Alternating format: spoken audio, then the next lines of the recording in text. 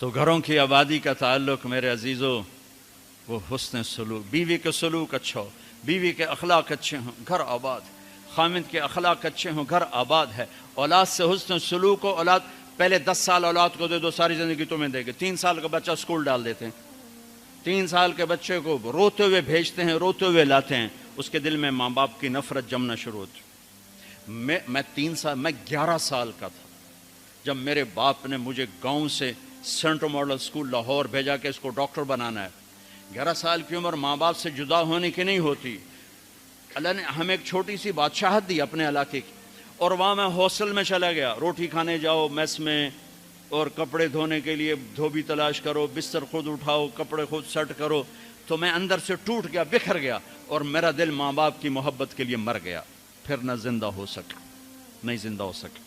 میں اپنے بھائی پہ رشک کرتا تھا، وہ میٹرک تک ماں باپ کے ساتھ رہا، وہ ماں سے ایسے لاڈ کرتا تھا کہ میں اپنی بیگم سے کہتا یہ جیسے میرا بھائی ماں کے ساتھ کرتا ہے، میرے اندر یہ جھوک نہیں اٹھتی۔ میں نے اللہ کے فضل سے تبلیغ میں لگنے کے بعد نوکر کی طرح ماں باپ کی خدمت کی، لیکن دل نے ساتھ نہیں دیا کہ وہ شمع بجھی جل نہیں سکی۔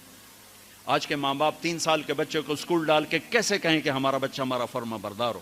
نہ ماں نے گود دی، نہ باپ نے سایہ دیا۔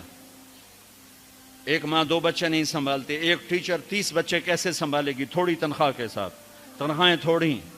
ہمارے اسکول تو آج کل تعلیمی ادارے نہیں ہیں، کاروباری ادارے ہیں۔ ایک لطیفہ ہے، ایک مس نے بچوں سے کہا بچوں بولو CUP سپ، سپ سانپ، ٹھیک ہے نا، CUP سپ۔ لڑکوں نے کہا نہیں مس CUP تو کپ ہوتا ہے۔ کہا نہیں کہو CUP سپ۔ کہا نہیں مس CUP کپ ہوتا ہے۔ کہا بیٹو اتنی تھوڑی تنخواہ میں CUP سپ ہی رہے گا، کپ نہیں ہو سکتا ہے۔ تو ہمارے اسکولوں کی یہ تعظیم ہے۔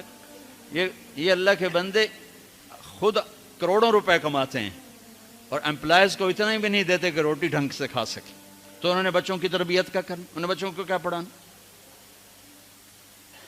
جو ماں بچے کے لیے نہیں تھک سکتی، پھر اس موبائل نے اولاد ماں باپ کو ایک دوسرے سے کاٹ کے رکھ دیا۔ ہمارے فیصل آباد میں ایک خاتون اسکول ٹیچر اور خاوند ان کے اچھے پوسٹ پر، تو وہ پیپر چیک کر رہی تھی، رونے لگی۔ تو ان کے خاوند نے پوچھا کیوں رو رہی؟ اس نے ایک پیپر آگے کر دیا، رول نمبر ڈیش ڈیش۔ تو اس میں ایک تھا کہ آپ کیا بننا چاہتے ہیں، بچوں سے سوال آپ کیا بننا چاہتے ہیں؟ تو اس بچے نے لکھا تھا کہ I want to be a smartphone, میں اسمارٹ یہ موبائل بننا چاہتا ہوں، یہ آئی فون بننا چاہتا ہوں اور سیمسنگ فون بننا چاہتا ہوں، اس لیے کہ جب میں گھر آتا ہوں تو میں دیکھتا ہوں میری ماں مجھے اتنی توجہ نہیں دیتی جتنے اپنے موبائل کو دیتی ہے۔ جب میں اس سے بات کرتا ہوں تو مجھے نہیں دیکھتی، موبائل کو دیکھتی رہتی، مجھ سے باتیں کرتی ہے۔ اور جب میں اپنے ابا سے بات کرتا ہوں، اپنے لیپ ٹاپ پہ بیٹھا ہوتا ہے، وہ اسے دیکھتا رہتا ہے، مجھے توجہ نہیں دیتا۔ تو اس سے اچھا ہے کہ میں انسان کی بجائے ایک موبائل فون ہوتا کہ میرے ماں باپ مجھ سے پیار تو کرتے۔ تو اس نے میاں نے کہا تو اس میں رو کیوں رہے ہو؟ کہ یہ تیرے بیٹے کا پیپر ہے، یہ میرے تیرے بیٹے کا پیپر ہے، یہ میرے تیرے بیٹے کا پیپر ہے۔ ایک اس موبائل نے ہماری زندگیوں کو تلخ کر دیا، برباد کر دیا، تباہ کر دیا۔ یہ استعمال کی چیز تھی، نہ کہ ہلاکت کی چیز۔ میراسیاں نو پتر ملیا انہیں چم چم کے مار چھڑیا۔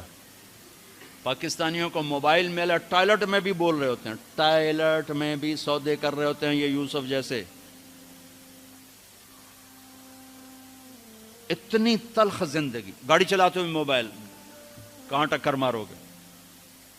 میرے کالج کا جگری یار 2 ٹکڑے کر دیا بس والے نے اس کے پیچھے، پوری گاڑی اس پر چڑھا دی۔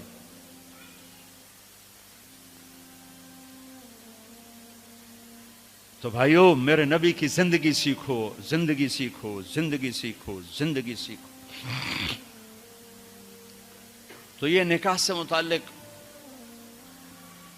چند باتیں ہیں جو میں کہا کرتا ہوں، یہ عام طور پہ ہمارے سامنے نہیں ہیں۔ ضبط، برداشت۔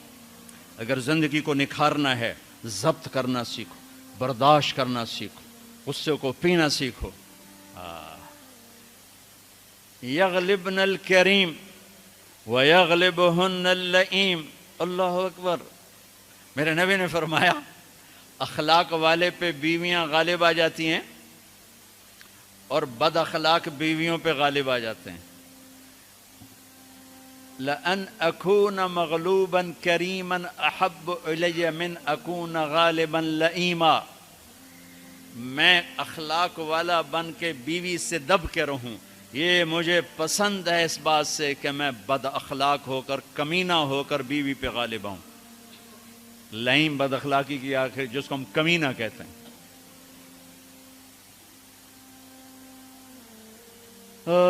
خیرکم خیرکم لأہلہ وانا خیر لأہلی، میرے نبی نے فرمایا سب سے بہترین مسلمان وہ ہے جو بیوی سے اچھا سلوک کرے، اور میں تم میں سب سے اچھا سلوک کرتا ہوں اپنی بیویوں کے ساتھ۔ میمونہ رضی اللہ تعالیٰ عنہ کے گھر آپ کی باری ہے اور آپ کو پیشاب آیا، آپ اٹھے پیشاب کے لیے، پیچھے حضرت میمونہ کی آنکھ کھل گئی تو انہوں نے دیکھا بستر خالی، تو ان کو نا نفس نے چکر دے دیا، ان کے جی میں آیا کہ اللہ کے نبی مجھے چھوڑ کر کسی اور بیوی کے پاس چلے گئے، تو انہوں نے سوکن پنا غالب آیا۔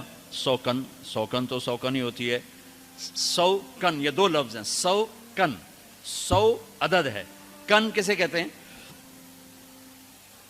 یہ جو لوہار جب لوہے کو اس پر تیز کر رہا ہوتا ہے نا اپنے اس پر ہتھیار پر، تو اس سے شرارے نکلتے ہیں، لوہے کے باریک ذرے نکلتے ہیں، تو وہ باریک ذرہ جو آنکھ میں جا پڑے اس کو کن کہتے ہیں۔ وہ اتنا تیز ہوتا ہے کہ ایک آنکھ میں چلا جائے تو آدمی بے قرار ہو جاتا ہے، تو دوسری بیوی کو کہتے ہیں 100 لوہے کے ذرے جیسے کان میں آنکھ میں پڑ جائیں تو اس سے جتنی تکلیف ہوتی ہے، تو 100 کن تھی، انہوں نے کہا تھا مجھے چھوڑ کے دوسری بیوی، اور خیال تھا حضرت عائشہ کنڈی لگا تھی، اللہ کے نبی واپس آئے تو دروازہ بند، آپ نے دستک دی، میمونہ میں ہوں، دروازہ کھولو، کہا میں نہیں کھولتی۔ ہم نے کہا کیا ہوا؟ کہا مجھے چھوڑ کے دوسری بیوی کے پاس جاتے ہیں، باری میری ہے۔ آپ نے کہا اللہ کی بندی، انی حاقن، اب مجھے زور کا پیشاب لگا تھا میں اس لیے گیا تھا۔ کہا نہیں کوئی پیشاب نہیں ہے، مجھے پتا ہے۔ آپ نے کہا میمونہ میں اللہ کا رسول ہوں، میں کبھی خیانت کر سکتا ہوں؟ پھر ان کو کرنٹ لگا، اوہ یہ میں نے کیا کیا، تو اللہ کا رسول، پھر ڈرتے ڈرتے دروازہ کھولا، پتہ نہیں اللہ کے نبی کیا کریں گے۔ آپ اندر آئے اور مسکرائے اور جا کر اپنی چارپائی پہ لیٹ۔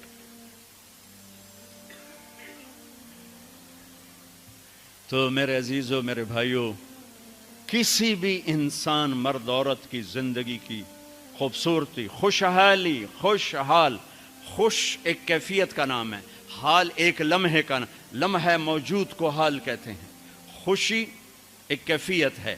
لوگ کیا سمجھتے ہیں خوشحال ہے، پیسے بہت ہیں، میں نے تو کسی پیسے والے کو خوشحال نہیں دیکھا، سب کو میں نے اپنے مسائل کا میں گھرا ہوا دیکھا ہے۔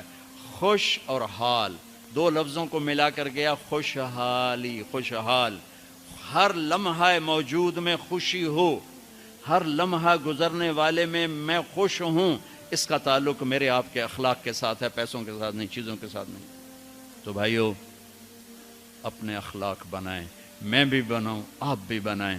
اور میرے نبی نے کہا علی میں تمہیں اولین و آخرین کے اخلاق بتاؤں؟ اولین و آخرین کہ جی کیا ہیں؟ وَتَصِلُ مَنْ قَطَعَكَ وَتُعْتِ مَنْ حَرَمَكَ وَتَعْفُ عَمَّنْ ظَلَمَكَ، جو توڑے اس سے جوڑ، سبحان اللہ، جو نہ دے اس کو دے، جو زیادتی کرے اسے معاف کر دے۔ کہ یہ اولین و آخرین کے اخلاق۔ اور جو یہ سیکھ گیا، آپ نے کہا میں ضامن ہوں جنت الفردوس میں گھر لے کر دوں۔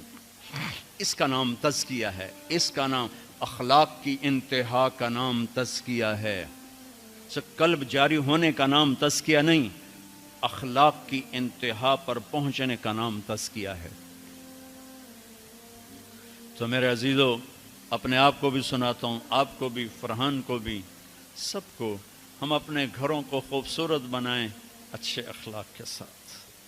جس کے اخلاق اچھے ہیں، جسے برداشت کرنا آتا ہے، تعریف کرو، اپنے بچوں کی تعریف کرو، اپنے شاگردوں کی کوئی خوبی دیکھو تعریف کرو، اپنی بیوی میں کوئی خوبی دیکھو تعریف کرو، اپنے ماں باپ میں کوئی خوبی دیکھو تعریف کرو، بیوی اپنے خاوند میں کوئی خوبی دیکھے تعریف کرے تو دل بڑا ہو جاتا ہے۔